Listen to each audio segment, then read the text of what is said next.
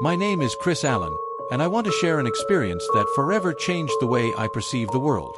This isn't a tale spun from imagination. It's something that genuinely happened to me a few years ago when I moved into an old farmhouse in a rural area just outside a small town called Hollow Creek. I had just accepted a new job in the town and was looking for a quiet place to live. The farmhouse was perfect, affordable, secluded, and full of rustic charm. But what I didn't realize was that it held a dark secret. The first few days in the farmhouse were peaceful. The place had an old-world charm with its wooden beams, creaky floors, and a large fireplace. The neighbors, though few and far between, spoke highly of the previous owner, an elderly man named Mr. Baker, who had passed away under mysterious circumstances. They mentioned how the house had been empty since his death, standing lonely and quiet. Everything seemed normal at first. But on the third night, things began to change. I was settling into bed when I heard what sounded like soft footsteps on the floor above me. The thing is, the room above was empty and used for storage. I tried to brush it off as old pipes or the house settling, but the sound was too distinct to ignore. Curious and a bit unnerved, I went upstairs to investigate.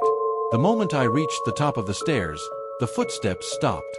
I turned on the lights and checked every corner, but there was nothing, no sign of anyone or anything that could have caused the noise.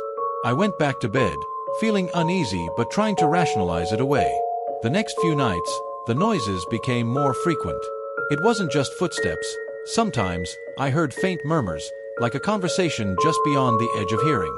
I started to feel a presence in the house, a sense of being watched.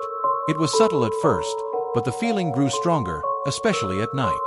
One evening, as I was cooking dinner, I caught a glimpse of something in the corner of my eye. It was a shadow, darting across the wall, disappearing as quickly as it appeared. My heart raced, and I felt a cold sweat break out. I tried to shake off the feeling, but that night, I barely slept. The noises continued, more pronounced and deliberate. It was as if someone, or something, was trying to get my attention.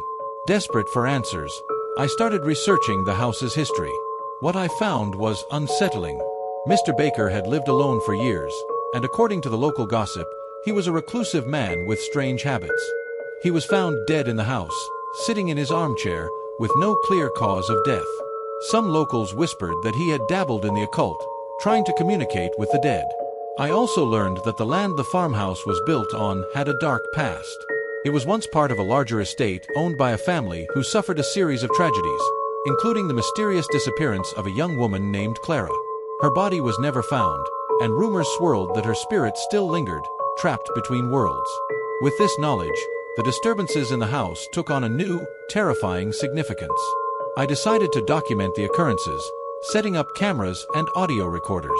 What I captured was chilling, faint voices whispering my name, shadows moving in rooms where no one was, and, most disturbingly, a low, guttural growl that seemed to come from nowhere and everywhere at once. One night, as I reviewed the footage, I saw something that made my blood run cold. In the dim light of the hallway, a figure appeared. It was a woman, dressed in old-fashioned clothing, her face pale and eyes hollow. She stood there, looking directly at the camera, before slowly fading away. I couldn't believe what I was seeing, but there it was, undeniable proof of a presence in the house.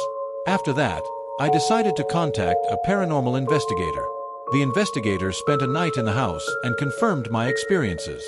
According to him, the spirit of Clara was restless, bound to the place by unresolved emotions and possibly the actions of Mr. Baker, who might have tried to summon or communicate with her. The investigator suggested a cleansing ritual to help the spirit move on. We performed the ritual together, and as we did, the house felt lighter, as if a weight had been lifted. The disturbances ceased, and the oppressive feeling that had hung over the farmhouse dissipated. It was as if Clara had finally found peace. I still live in the farmhouse, but the experience left a lasting mark on me. I can't help but feel a lingering connection to Clara and a deep respect for the mysteries that the world holds. This was no ordinary haunting.